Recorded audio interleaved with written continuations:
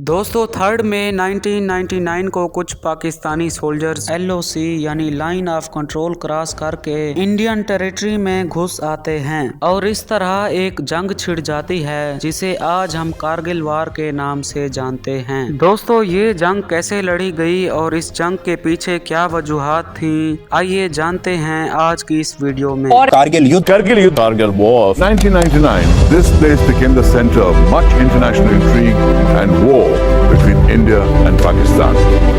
22 years ago, India was betrayed by its neighbor Pakistan.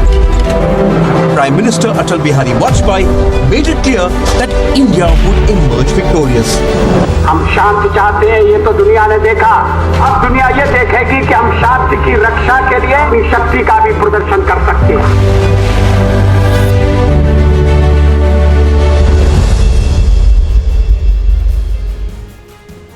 दोस्तों 3 मई 1999 को Batalik reason के एक छोटे से गांव में ताशी नाम ग्याल नामी शख्स ने दूरबीन से कुछ लोगों को देखा जिनके पास हथियार थे। उसे शक हुआ कि ये लोग LOC यानी लाइन ऑफ कंट्रोल की दूसरी साइड से आए थे, इसलिए वो शख्स उन लोगों के बारे में बताने के लिए इंडियन आर्मी की नियरेस्ट पोस्ट पर चला गया। कुछ 6 आदमी नजर आई है, कोई काला रंग का ढेर लगा हुआ था, तो मैंने थोड़ा सा देखा उसमें तो पत्थर डोल रहा था, बर्फ हट रहा था।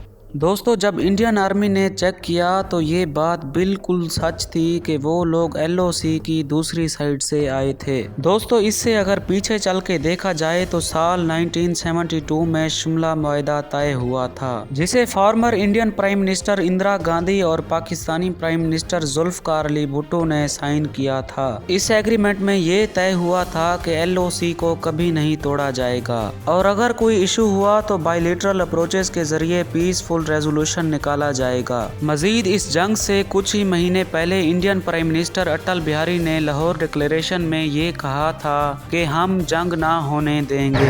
बहुत दिन दुश्मनी होगी, अब कुछ दोस्ती को भी मौका मिलना चाहिए। नाजरीन इस जंग के पीछे बहुत सारे सवालात भी उठाए गए कि आखिर वो कौन शख्स था जो इन दोनों मुल्कों के दरमियान अमन कायम नहीं होने दे रहा था।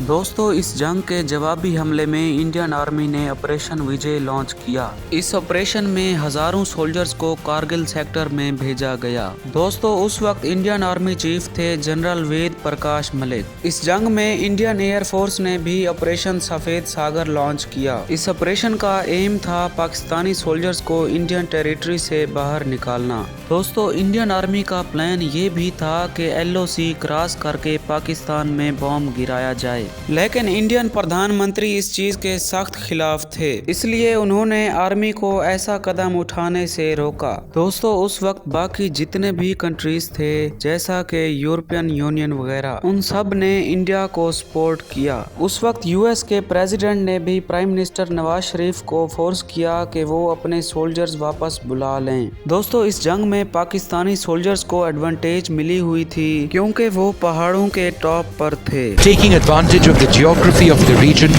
which in many instances favored them, Pakistan Army regulars, accompanied by fully armed and well-trained militants, sneaked into Indian territory.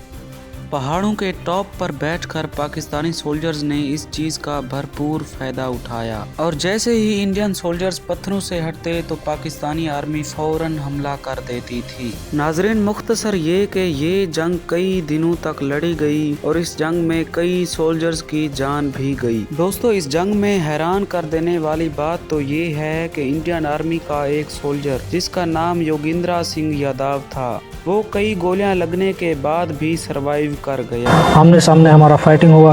उस समय हमारे केवल दिमाग के अंदर यही था, अपनी पलटन की इज्जत, अपने देश का जो सम्मान है उसको बढ़ाना है। दोस्तों 14 जुलाई को प्रधानमंत्री ऑपरेशन विजय को इंडिया के लिए सक्सेस डिक्लेयर करते हैं और 26 जुलाई को बिल आखिर ये जंग खत्म हो जाती है। उम्मीद है कि ये वीडियो आपको खूब पसंद आई होगी। इसको लाइक करके हमारे चैनल को सब्सक्राइब करना ना भूलें।